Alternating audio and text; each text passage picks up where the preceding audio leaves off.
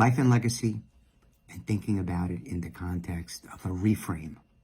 So we think of estate planning as, or some people do, what happens when I die? How do I pass on my assets, money that I have, property, bank accounts, things of that nature? How do I pass it on to my family, my loved ones, my church, synagogue, mosque? How do I do that? Well, in thinking about life and legacy, the reframe is how do you live your life, and while doing so, pass on the knowledge that you've acquired. So do you want to write a book about your life? You don't have to sell it. You keep it within the family. You could make a family tree. You could memorialize your ancestry, where your people came from, and all the way from whether it be a foreign land, Europe, Asia, South America, right? Anywhere in the world, even to the fact of where your family lived in New York. So my father's side of the family was always from Ozone Park, Queens.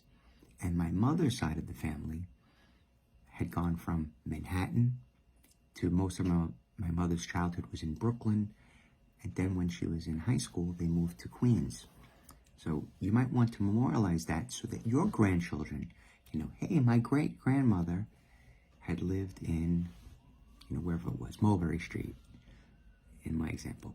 My grandmother used to tell me that there was a famous clam bar in Martin Hester.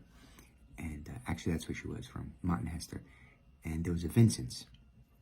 And my grandmother said, I grew up with a Vinny. So you want to capture that so that your family can see the roots that you have and get a sense of your culture and the experience that you've lived.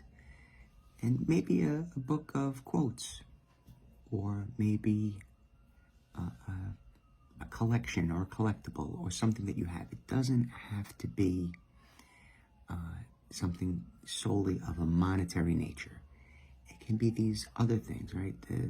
The deeper meaning and the stuff of life.